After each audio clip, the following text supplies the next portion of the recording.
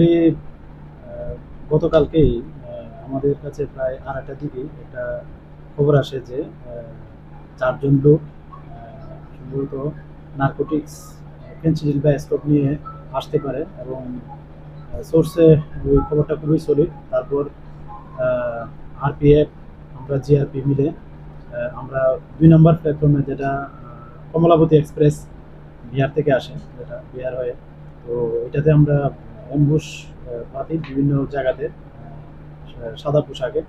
তারপর প্রায় যখন 2 নম্বর প্ল্যাটফর্মে কমলাবতী এক্সপ্রেস নামলো, তখন এই 4 জনকেই মানে তারা নামলো, এবং বড় বড় পিট্টু ব্যাগ আছে তাদের কাছে।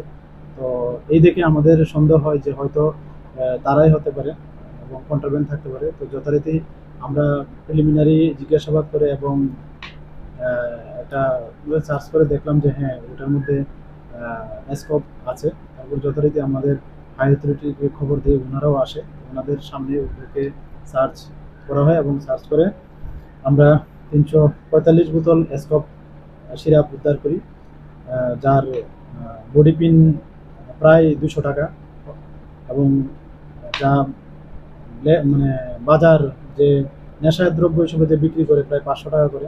তো এই হিসাবে তার বাজার মূল্য প্রায় 1,72,500 টাকার মতো দাঁড়ায়। তো তারপর আমরা ওদেরকে অ্যারেস্ট করি এবং আমাদের জিআরপি থানাতে একটা স্পেসিফিক মামলা নেই। তো আজকে তাদের কোর্টে ফরওয়ার্ড করা হচ্ছে এবং পুলিশ রিমান্ড চেয়ে। তো এটা কোনখান থেকে এসেছে এবং কোনখানে এই মালগুলা যাবে, আমরা এগুলা অবশ্যই খতিয়ে দিচ্ছি। এটা অ্যাকচুয়ালি বিহার থেকে আসে, বিহার থেকে আমাদের ডাইরেক্ট কলকাতা আসে, বর্ধমান হয়ে। হ্যাঁ, তারা তো ডাইরেক্ট বলেছে যে বিহার থেকে তারা এসেছে। এই তো আগরতলা রেল স্টেশন।